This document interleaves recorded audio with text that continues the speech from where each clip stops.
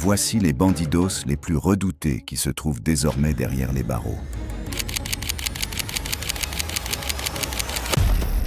Un Jeffrey Fay Pike, 18 mars 2006, North Austin, Texas.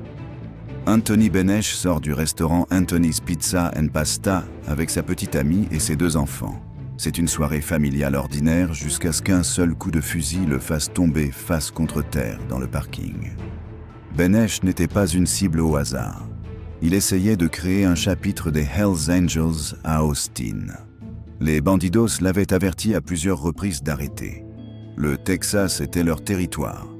Le patch Texas sur leur dos le rendait clair. Mais Benesch croyait avoir les Angels derrière lui. Et quand vous sentez ce patch dans votre dos, vous ne vous inclinez devant personne. Il a ignoré chaque avertissement. Cette décision lui a coûté la vie. Les enquêteurs ont appris plus tard que le meurtre n'était pas spontané. Il avait été commandité. Et au sommet de la chaîne se trouvait Jeffrey Fay Pike, président national des Bandidos, membre depuis 1979, et l'homme qui contrôlait la structure de pouvoir du club à travers l'État. 4 bandidos ont exécuté sa directive. Johnny Romo, Robert Romo, Jesse Chronic Benavides et Norberto Hammer, Serna Jr. Ils ont agi sur ordre de Pike pour éliminer ce que le club considérait comme une menace directe pour leur territoire. Le meurtre de Benesch n'était qu'une partie de la plus grande opération de Pike. Sous sa direction, les bandidos ont exercé des violences contre des clubs rivaux, fait circuler de la méthamphétamine et de la cocaïne à travers le Texas et travaillé directement avec la mafia mexicaine. Dans le même temps, Pike se présentait publiquement comme un homme d'affaires restaurant des voitures. Classique.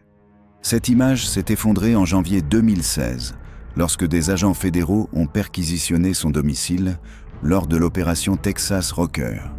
Pike a été arrêté et inculpé en vertu de la loi RICO pour complot en vue de meurtre, trafic de drogue et agression commise au nom du club. En 2018, un jury fédéral l'a reconnu coupable de tous les chefs d'accusation. Pike a été condamné à la prison à vie plus 10 ans. Son vice-président a reçu 2 peines de prison à vie. Les tireurs ont également fini par être arrêtés. Jeffrey Fay Pike mourra dans une prison fédérale. L'homme qui avait autrefois essayé de maintenir le Texas sous un seul patch a tout perdu en faisant respecter cette revendication. 2. John DiXavier Portillo. Peu après minuit le 31 janvier 2002, une aire de repos calme le long de l'Interstate 37, juste au sud de San Antonio, est devenue le théâtre d'une embuscade. Robert Lara, 24 ans, n'était pas un bandido, mais il n'était pas non plus un civil ordinaire. Il avait des liens avec la criminalité locale de rue, et les bandidos croyant qu'il était celui qui avait tiré sur leur secrétaire de section, Javier Negrete, 3 semaines plus tôt. Cette conviction en a fait une cible. 3 voitures attendaient dans l'obscurité. Lorsque Lara est sorti, Winans a passé l'appel de confirmation. 6 bandidos se sont approchés. Richard Scarface Merla, l'un des exécuteurs de la section de San Antonio, a traîné Lara hors du véhicule. Merla et Frédéric, Fast Fred, Cortez ont ouvert le feu. 11 balles ont atteint Lara. Il est mort sur le sol où il est tombé. Ce n'était pas aléatoire. 3 mois plus tôt, le membre des Bandidos Javier Negrete avait été abattu devant Tiffany's Billiards, une salle de billard bien connue au nord-ouest de San Antonio. Au sein de la section du sud-ouest de San Antonio, son président, John Xavier Portillo, a décidé que Lara était responsable. Peu importait si les renseignements étaient exacts ou non. Portillo voulait se venger et il a commandé le meurtre. Il a tout orchestré. Il a fourni à Merla l'arme du crime. Après le meurtre, l'équipe s'est regroupée chez le frère de Portillo, où Portillo a dit à tout le monde de se taire. Il a ensuite utilisé un chalumeau pour détruire l'arme. Merla et Cortez ont ensuite reçu le patch Expect No Mercy, une reconnaissance au sein du club pour avoir mené à bien des affaires violentes. Portillo gravissait les échelons des Bandidos depuis les années 1990. Sa section de San Antonio était connue au sein de l'organisation comme son bras d'exécution. Après des années de violence, Portillo est monté encore plus haut, devenant d'abord sergent d'armes national et finalement vice-président national sous Jeffrey Pike. Pendant des années, le meurtre de Lara est resté non résolu. Cela a changé en 2004, lorsque Merla a poignardé à mort l'ancien boxeur Robert Pikin Quiroga. Sous pression, Merla a retourné sa veste, avouant le meurtre de Lara et désignant Portillo comme l'homme qui l'avait commandité. Le 6 janvier 2016, des agents fédéraux ont arrêté Portillo dans le cadre de l'opération Texas Rocker. La liberté sous caution lui a été refusée et il est resté en détention jusqu'au procès. En 2018, Winans et Merla ont tous deux témoigné contre lui. Le jury a reconnu Portillo coupable de complot RICO, de meurtre en soutien aux rackets, de complot en vue de commettre un meurtre, de trafic de drogue et d'infraction aux lois sur les armes à feu. Le 24 septembre 2018, Portillo, âgé de 59 ans, a été condamné à 2 peines de prison à vie consécutive, plus 20 ans de prison fédérale. Pas de libération conditionnelle, pas de date de libération. Il n'a pas dit au revoir à sa famille avant que les marshals ne l'emmènent. Portillo, autrefois président exécuteur de sang, Antonio et plus tard vice-président national, mourra dans une prison fédérale. 3. George Weggers, de 1998 à 2005. George Weggers a été président international du Bandidos Motorcycle Club. Sous sa direction, le club s'est développé pour atteindre 170 sections dans 14 pays avec environ 2400 membres. Son vice-président pendant cette période était Jeff Pike. Mais derrière cette croissance se cachait un grave problème. En 2003, des membres de la section de Missoula, dans le Montana, ont kidnappé un homme identifié uniquement sous le nom de SS. Les détails exacts restent scellés, mais les agents fédéraux savaient que le kidnapping avait eu lieu. Et ils savaient que Weggers avait émis un ordre crucial par la suite. Il avait dit aux membres de ne pas parler aux enquêteurs. Cette instruction est devenue une obstruction à la justice, un crime fédéral. En 2005, le FBI, l'ATF et la DEA avaient monté un important dossier RICO contre la direction du club. L'enquête a mis au jour le trafic de drogue, le commerce de motos volées et des tactiques d'exécution violentes dans plusieurs États. Weggers n'était pas inculpé pour avoir commis ces actes lui-même, mais pour avoir dirigé ceux qui le faisaient et pour avoir tenté de les protéger des enquêteurs fédéraux. Le 9 juin 2005, des agents fédéraux ont perquisitionné des lieux à travers Washington, le Montana et le Dakota du Sud. Weggers a été arrêté avec plus d'une vingtaine de membres des Bandidos. Les enquêteurs ont saisi des armes à feu, des pièces de Harley volées et des documents liant le club à des activités criminelles interétatiques. Weggers risquait des décennies de prison s'il était condamné, mais les procureurs ont proposé un accord. En mai 2006, il a plaidé coupable d'un chef de complot en matière de racket. Dans ce plaidoyer, il a admis avoir encouragé l'obstruction à la justice et avoir facilité le trafic de motos volées.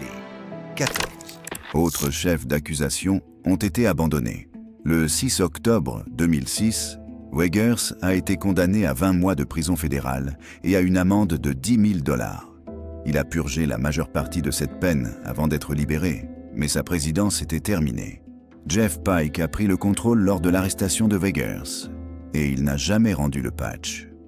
George Weggers, l'homme qui dirigeait autrefois les Bandidos dans le monde entier, a finalement été abattu non pas pour des violences, mais pour avoir tenté de les dissimuler. 4. John Pfeffer. Ce qui a commencé comme un samedi soir ordinaire au Hog Stop Bar a basculé dans la violence en quelques secondes. Adam Burns, un membre de Brothers East, n'a jamais vu John Pfeffer venir jusqu'à ce que le coup de poing atterrisse, le faisant trébucher en arrière tandis que le parking explosait. 5 autres bandidos se sont précipités. Burns est tombé à terre. Ils l'ont frappé à coups de pied, piétiné et battu pendant près de 30 secondes avant que les coups de feu ne commencent. Il a été touché 6 fois, 5 balles lui traversant le dos. Burns est mort sur le terrain de gravier où il était tombé. Pfeffer s'est éloigné en chancelant avec une blessure par balle au bras, et lorsque la police l'a fouillé à l'hôpital, elle a trouvé un chargeur de pistolet. Un photographe qui documentait l'événement a enregistré l'intégralité de l'attaque, y compris la correction, le cercle d'hommes autour de Burns et le moment où les coups de feu ont été tirés. Mais la violence n'était pas aléatoire. Brothers East s'était séparé des Bandidos en 2019 et la direction nationale avait répondu par un ordre de « frapper à vue ». Tout membre de Brothers East vu en public devait être attaqué immédiatement. Pfeffer a suivi cet ordre.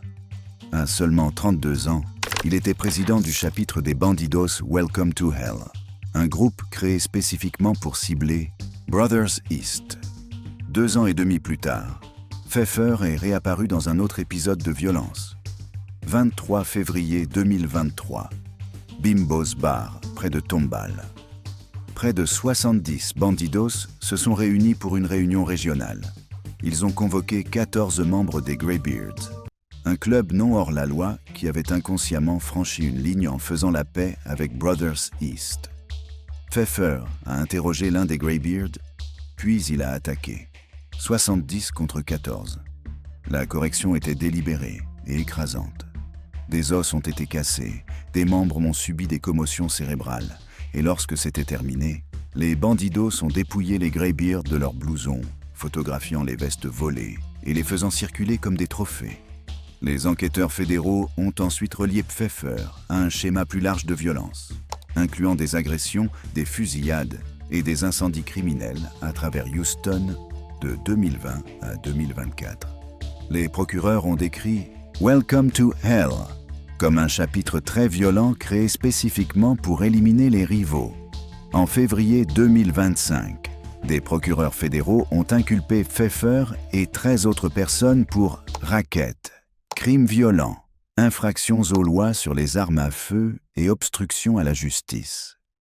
Ils risquaient initialement la peine de mort pour le meurtre de Burns. Mais en octobre 2025, le département de justice a refusé la peine capitale. Même sans cela, Pfeffer risque toujours la prison à vie. Un juge fédéral lui a refusé la liberté sous caution.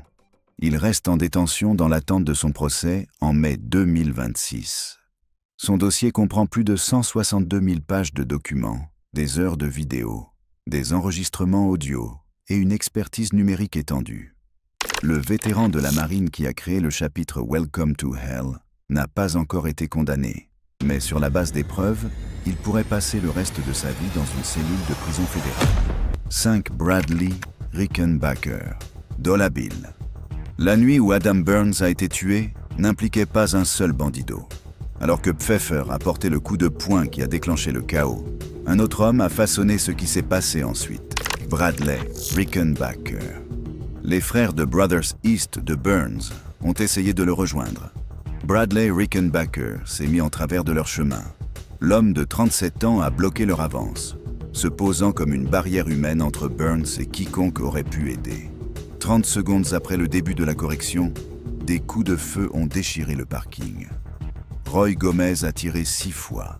5 balles ont traversé le dos de Burns. Rickenbacker n'a pas porté de coup ni tiré une arme. Mais il s'est assuré que personne n'atteignait Burns avant qu'il ne meure. Il était secrétaire trésorier du chapitre Welcome to Hell, un chapitre des Bandidos basé à Katy et créé en 2021 spécifiquement pour cibler Brothers East. Auparavant, il faisait partie du club de soutien Mascareros. Il a servi dans la marine de 2006 à 2012 et a ensuite travaillé comme réparateur d'ascenseurs. Mais ce soir de septembre, il était encore avec les Mascareros. Les clubs de soutien suivent les ordres des membres à patch complet. Plusieurs bandidos étaient eux déjà au bar lorsqu'ils ont repéré 3 membres de Brothers East. Ils ont appelé des renforts. Rickenbacker a répondu. Pfeffer a initié. Rickenbacker a bloqué. Les procureurs fédéraux ont ensuite décrit clairement son rôle. Agression en soutien au racket et utilisation d'une arme à feu lors d'un crime violent. En vertu de la loi RICO, aider à commettre un meurtre a le même poids que de le commettre. Rickenbacker a contribué à rendre le meurtre possible. Cela l'a placé sur les lieux. Février 2025. Des agents fédéraux ont arrêté Rickenbacker lors de l'opération contre Welcome to Hell. Il a été inculpé de complot en matière de racket, d'agression en soutien au racket et d'utilisation d'une arme à feu lors d'un crime violent. Il risque la prison à vie s'il est condamné. La juge Yvonne O a refusé la mise en liberté sous caution. Rickenbacker reste en détention fédérale. Son procès est prévu pour mai 2026. L'ancien marin de la marine qui montait la garde pendant qu'Adam Burns mourait se trouve maintenant dans une cellule fédérale dans l'attente de son procès, faisant face à la possibilité de passer le reste de sa vie derrière les barreaux. 7 Brandon Hants County Line Ice House est situé le long de l'ancienne route 105 dans le comté de Montgomery, Texas. Lorsque Brandon Hants et 2 autres bandidos s'en sont approchés, le bar était sombre, fermé pour la nuit et complètement vide. Mais ils n'étaient pas là pour boire un verre. Ils étaient là pour envoyer un message. Et immédiatement, ils ont mis le feu au bar. Les flammes ont traversé le bâtiment jusqu'à ce qu'il ne reste plus rien. Les enquêteurs ont conclu à un incendie criminel. Le motif était simple, la vengeance. Le County Line Ice House avait accueilli des Brothers East lors de soirées de combat, et les bandidos considéraient cela comme une aide à leur ennemi. Brûler l'endroit était une revanche. Hants avait 33 ans et n'était dans le club que depuis environ 1 an. Avant les bandidos, il était connu pour quelque chose de très différent, la télé-réalité. Il est apparu 2 fois dans Survivor, d'abord en 2011 et de nouveau en 2013. Sa première saison l'a montré comme un jeune homme partagé et émotif. Sa seconde s'est terminée dans le chaos lorsqu'il a jeté de la nourriture, menacé des candidats et a été retiré du jeu. Lorsque la célébrité télévisée s'est estompée, Hants s'est installé dans la vie de famille. Marié, 4 enfants, aucun antécédent criminel. Puis il a rejoint les bandidos et tout a changé. En juillet 2024, Hants en avait fini avec les bandidos. Mais partir ne l'a pas mis en sécurité. Le club a mis un feu vert sur lui. Un ordre de mort visant lui et sa famille. Terrifié, il s'est tourné vers les réseaux sociaux, publiant des TikToks sur ses regrets et accordant des interviews sur les raisons de son départ. Les menaces n'ont pas arrêté le dossier fédéral. En février 2025, Hants a été inculpé pour complot en matière de racket et incendie criminel. Chaque chef d'accusation est passible de 20 ans de prison, ce qui signifie qu'il pourrait faire face à jusqu'à 40 ans de prison. Contrairement à la plupart des co-accusés, il a obtenu la liberté sous caution après que des membres d'une église et des partisans ont rempli la salle d'audience en sa faveur. Il est sorti sans surveillance GPS. Son procès est prévu pour mai 2026. L'ancien candidat de Survivor, qui chassait autrefois un prix d'1 million de dollars, se bat maintenant pour éviter des décennies de prison fédérale. Et le feu qu'il a contribué à allumer au County Line Ice House pourrait être ce qui met fin à sa liberté pour de bon. 8. Alfredo Paez Jr. Les bagarres. Dans les bars de Lubbock n'étaient pas nouvelles pour les bandidos et le Kinfolk MC. Mais le 12 novembre 2020, dans le 50e Street Caboose, la tension a finalement craqué.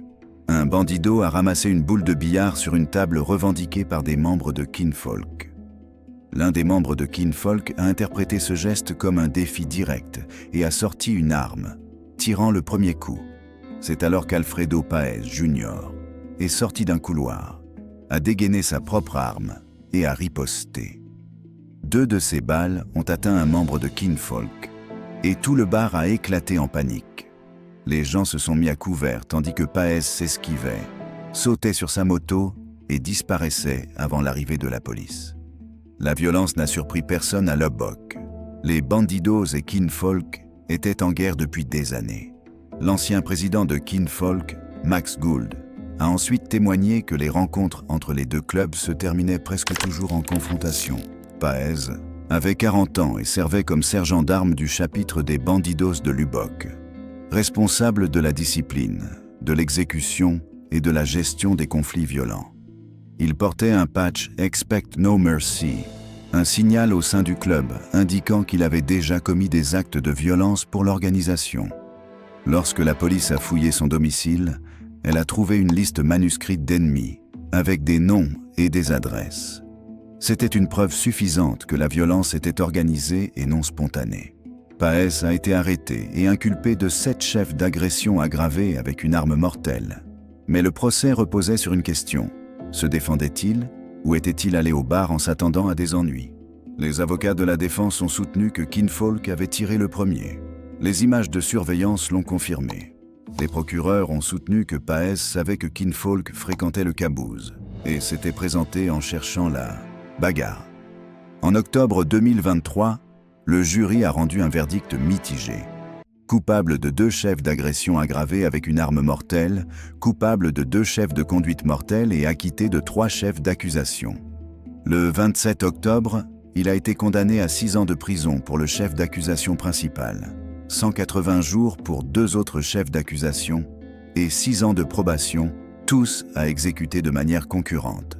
Páez a fait appel. En juin 2025, la 7e cour d'appel a confirmé la condamnation. Avant son arrestation, Páez avait été promu vice-président du chapitre de Lubbock. Le sergent d'armes qui portait un patch « Expect No Mercy » et gardait une liste d'ennemis purge maintenant une peine de 6 ans. Une fusillade qui a duré quelques secondes lui a coûté son poste, sa liberté et presque son avenir. 9. Justin Cole Forster. La plupart des exécuteurs des bandidos ont bâti leur réputation au cours de longues carrières. Justin Cole Forster n'avait pas ce genre d'histoire. Il avait 28 ans lorsque les procureurs fédéraux l'ont identifié comme l'un des exécuteurs montants du club. Jeune, loyal et déjà impliqué dans des actes de violence majeurs liés à l'organisation. Forster a émergé à une époque très différente du motard hors la loi. Il ne faisait pas partie des anciennes guerres de motards du Texas, ni des premières années d'expansion. Sa génération a grandi dans un monde façonné par la surveillance, les inculpations fédérales et les représailles organisées. Il s'y est rapidement adapté. Vers la mi-vingtaine, il avait intégré le chapitre Welcome to Hell, une équipe basée à Houston que les procureurs ont ensuite décrite comme une unité d'exécution violente, utilisée pour faire pression ou confronter quiconque refusait l'autorité des bandidos. Il n'était pas président ni officier national. Ce qui le rendait précieux, c'était sa constance. Lorsque la direction appelait, il se présentait. Lorsqu'il fallait de la main-d'œuvre, son nom était sur la liste. Ce schéma l'a placé dans de multiples confrontations, notamment l'agression du Bimbos Bar le 23 février 2023, où environ 70 bandidos ont encerclé un bâtiment et ont fait irruption à l'intérieur pour attaquer d'anciens membres. Des blousons ont été pris, les blessures étaient graves et les enquêteurs ont qualifié l'attaque d'action d'exécution coordonnée et non d'une bagarre spontanée. L'examen n'a fait que croître. Les enquêteurs fédéraux suivaient déjà les bandidos après des opérations comme l'opération Texas Rocker, mais l'implication de Forster leur a donné un nouveau levier. En 2025, il a été nommé dans un vaste acte d'accusation RICO de 22 chefs impliquant meurtre, tentative de meurtre, incendie criminel, obstruction à la justice, violation des lois sur les armes à feu et complot. Ses principaux chefs d'accusation portaient sur les voies de fait causant des lésions corporelles graves et les voies de fait avec une arme dangereuse. Les procureurs ont également relié Forster à des activités plus larges des bandidos au Texas, y compris des années de violence qui ont conduit à la fusillade de Waco en mai 2015, où 9 personnes ont été tuées lors d'une réunion de groupes de motards.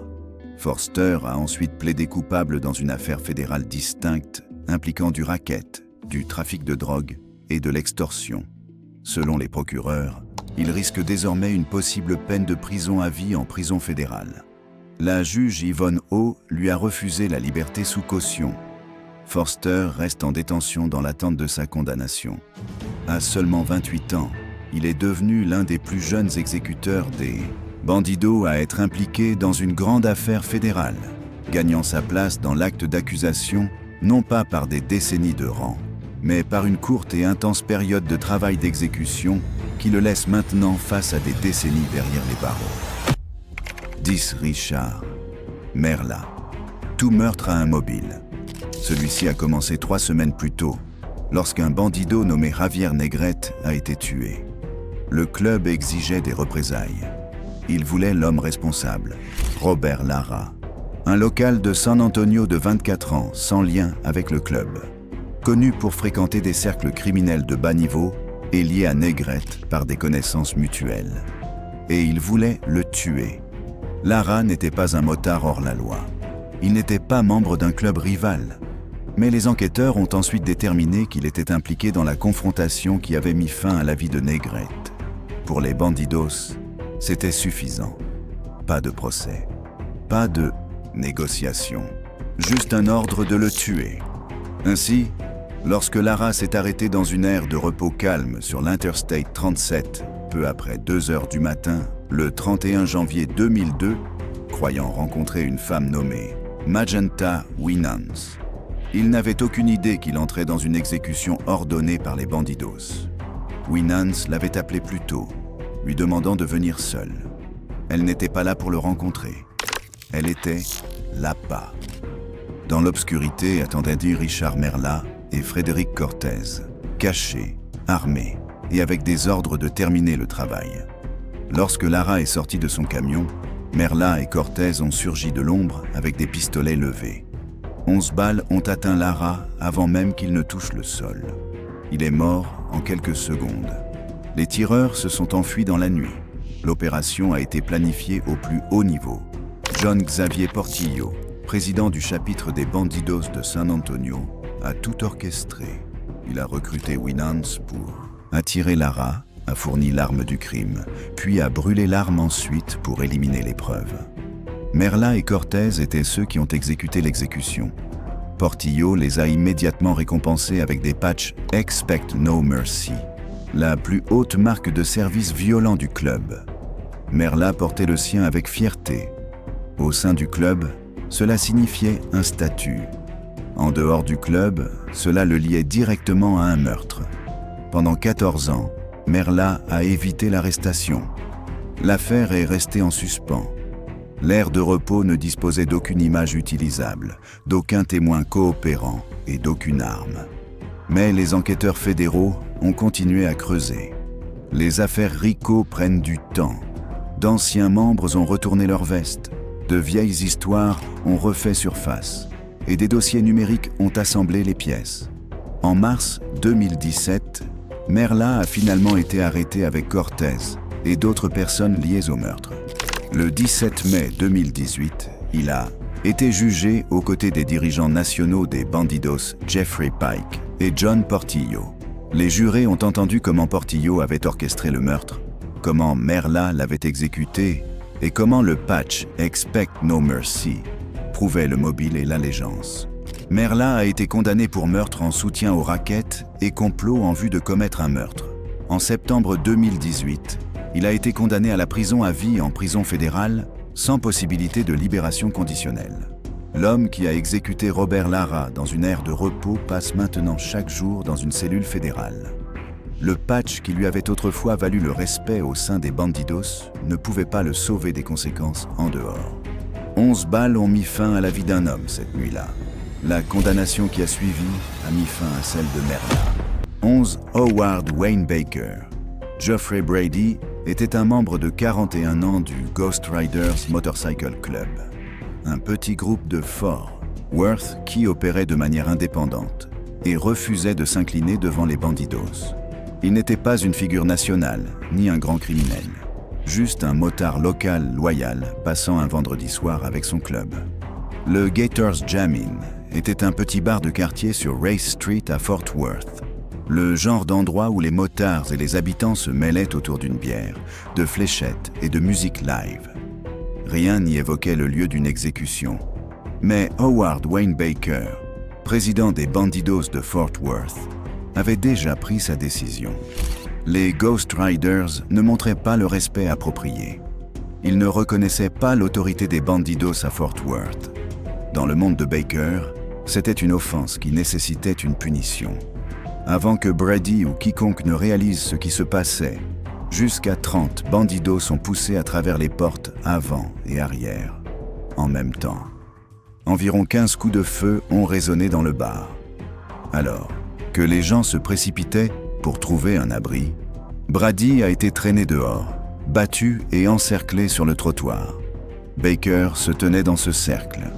La femme de Brady a regardé impuissante tandis qu'il était exécuté d'un seul coup à la tête. En dehors de ces deux-là, D'autres hommes ont été blessés, mais ont survécu. Le message n'était pas seulement pour les Ghost Riders. Les Cossacks et le Winos Crew opéraient également à Fort Worth, sans la permission des Bandidos. Les trois clubs devaient comprendre exactement qui contrôlait le territoire. La police a arrêté Baker 2 jours plus tard. Il a payé une caution et a attendu son procès. Lorsque l'affaire a débuté en 2017, la sécurité était si stricte que des policiers d'État flanquèrent le palais de justice et chaque personne entrant dans la salle d'audience était fouillée.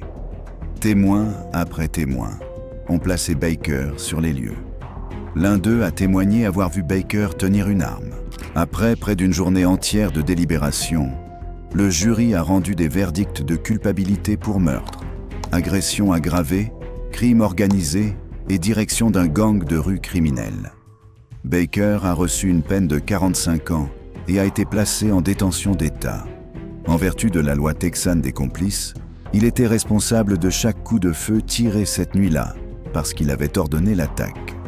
Le meurtre de Brady est ensuite apparu dans le dossier RICO fédéral contre la Direction nationale des Bandidos, utilisé comme preuve que la violence au sein du club n'était pas isolée, mais sanctionnée. Baker se trouve maintenant dans une prison du Texas, purgeant des décennies pour un message qu'il a insisté à transmettre dans le sang. 12 Andrew Burdett Moore, 20 février 2025. Un cybertip est parvenu au bureau du shérif du comté de Lynn. Quelqu'un utilisait une application de messagerie pour recevoir et envoyer du matériel criminel d'agression sexuelle sur mineurs. Le lendemain, les enquêteurs ont relié le compte à un nom. Andrew Burdett Moore, 37 ans, La Mesa, Texas, membre des Bandidos. 24 février 2025. L'équipe SWAT du département de police de La Mesa s'est rendue au domicile de Moore au 1503 County Road 14. Ils ont exécuté le mandat d'arrêt. Moore a été mis en garde à vue sans incident. Les détectives ont perquisitionné la résidence avec un mandat de perquisition. Plusieurs armes, mémorabilia de gang, appareils électroniques, 3 poupées sexuelles de taille enfant. L'unité anti-gang du Texas a assisté spécifiquement en raison de l'affiliation de Moore aux Bandidos. Le chef de la police de La Mesa, Joshua Peterson, a précisé qu'il ne s'agissait pas simplement d'un cas de pornographie infantile. Le lien avec le gang a tout amplifié. Les enquêteurs ont saisi le téléphone de Moore. Ce qu'ils ont trouvé à l'intérieur a détruit toute chance de défense. Un chat de groupe où Moore demandait aux autres s'ils voulaient échanger du contenu. 40 vidéos de matériel d'agression sexuelle sur mineurs, 2 images. Des messages où Moore admettait avoir agressé sexuellement une jeune fille. Le système fédéral a pris le relais. En juillet 2025, Moore a été inculpé de chefs fédéraux de réception et de distribution de pornographie infantile. S'il était condamné, il risquait jusqu'à 20 ans de prison fédérale. Mais Moore avait d'autres projets. Entre son arrestation de février et juin, il a pris la fuite. Il a quitté le pays. Il s'est rendu jusqu'à Bogota, en Colombie. Le 106e district judiciaire n'était pas prêt à l'accepter. Ils ont coordonné avec le US Marshals Service et l'unité anti-gang de Lubbock, Texas. Ont obtenu un mandat d'arrêt. Ont suivi Moore jusqu'en Amérique du Sud. 4 juin 2025. Les autorités colombiennes ont arrêté Moore à Bogota. Le processus d'extradition a commencé. Le bandido fugitif a été ramené aux États-Unis en détention fédérale. 16 septembre 2025. Moore a comparu devant un tribunal fédéral. Il a accepté de plaider coupable de réception et de distribution de child pornography. L'accord de plaidoyer reconnaissait la gravité des preuves contre lui. Sa fuite vers la Colombie a démontré exactement ce que les enquêteurs savaient déjà. Le réseau des Bandidos ne se limitait pas aux motos et à la fraternité. Les membres avaient des connexions, des ressources. La capacité de fuir à travers les frontières internationales lorsque les conséquences arrivaient. Moore est resté en détention fédérale dans l'attente de sa condamnation. Le juge déterminerait son sort à une date ultérieure. Peine maximale, 20 ans de prison fédérale. 13 Guillermo, Reyes et José Herrada. Les coups de feu ont commencé sans avertissement. Un homme de 45 ans s'est effondré sur le trottoir du côté ouest de San Antonio, alors que plusieurs balles déchiraient l'air. Des témoins ont appelé le 911, et lorsque les agents sont arrivés, ils ont immédiatement reconnu le schéma. Ce n'était pas un vol, ce n'était pas aléatoire. Cela avait la signature d'un meurtre commandité par les bandidos. La police a rapidement identifié les tireurs présumés. Guillermo Reyes et José Herrada, deux associés des bandidos documentés qui opéraient comme exécuteurs au niveau de la rue. Ils n'étaient pas des dirigeants ni des officiers de haut rang. Ils étaient les hommes qui géraient les représailles, l'intimidation et le contrôle territorial, des soldats de terrain dans la guerre en cours du club à travers le Texas. La victime a survécu à l'attaque. Son nom n'a jamais été divulgué publiquement et les enquêteurs ont retenu les détails médicaux lors de la construction du dossier. Mais les autorités ont rendu une chose claire. La fusillade était liée au gang et à la présence des bandidos sur le côté ouest. Pendant des années, les villes du Texas ont été prises dans une série de conflits de motards. Houston, Fort Worth, Lubbock et maintenant San Antonio. La fusillade de janvier correspondait au schéma, en plein jour, dans une rue publique, et une cible choisie pour des raisons connues seulement au sein des cercles du club. Reyes et Herrada ont rapidement été arrêtés et inculpés. La tentative de meurtre portait moins de poids qu'un homicide, mais le message derrière les balles était le même. Le côté ouest appartenait aux bandidos, et quiconque l'oubliait en payait le prix.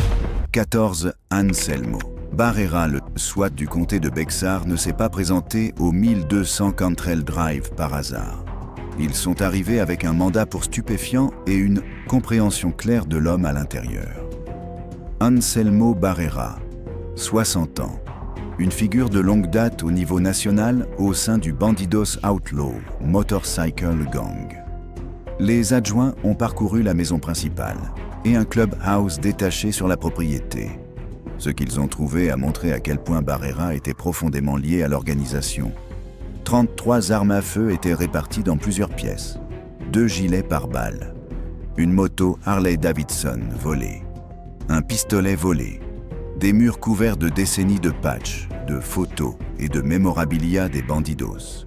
Puis vint l'argent liquide. Plus de 266 000 $ étaient cachés dans la maison. Les unités cynophiles ont alerté à plusieurs reprises et les enquêteurs ont soupçonné que l'argent provenait de stupéfiants et non de revenus légitimes. Barrera a été arrêté sous un seul chef d'accusation. Possession de gilets pare-balles par un criminel condamné. Un crime de 3e degré. Les enquêteurs ont précisé que d'autres chefs d'accusation étaient probables. Son casier judiciaire remontait à plus de 30 ans, incluant des affaires de drogue criminelles des années 1990, une accusation d'entrave en 2008 et de plus petites infractions ensuite. Aucune d'elles n'avait jamais abouti à une peine de prison à long terme. Le 3 novembre 2025, Barrera a payé une caution de 65 000 $ et est sorti de prison pour se retrouver sous stricte assignation à résidence. Pas d'armes, pas de déplacement, test de dépistage aléatoire de drogue et d'alcool, surveillance électronique complète. Pour le bureau du shérif, Barrera n'était pas simplement un autre bandido. Il avait occupé un rang pendant des années et opérait depuis San Antonio, une ville que le club domine depuis les années 1960. Les armes, le gilet pare-balles, l'argent liquide, l'installation du clubhouse, tout cela reflétait un homme qui avait passé des décennies à construire une influence et des revenus grâce au trafic de drogue. D'autres chefs d'accusation étaient attendus, mais Barrera avait survécu au système auparavant. L'assignation à résidence était une victoire comparée à une longue peine fédérale. Pour un homme qui avait évité une peine de prison sérieuse pendant des décennies, il est resté ce que beaucoup au sein du club l'appelaient déjà intouchable, du moins pour l'instant. 15. Michael Sandam. Les ambitions hors la loi de Michael Sandam ont commencé bien avant la violence. Le 15 octobre 2002, il a démissionné du service de police de East St. Paul, avant de pouvoir être licencié. La police de Winnipeg l'avait photographié en train d'assister à un rassemblement de motards hors la loi pendant son congé. Pour la plupart des officiers, cela aurait été une fin humiliante.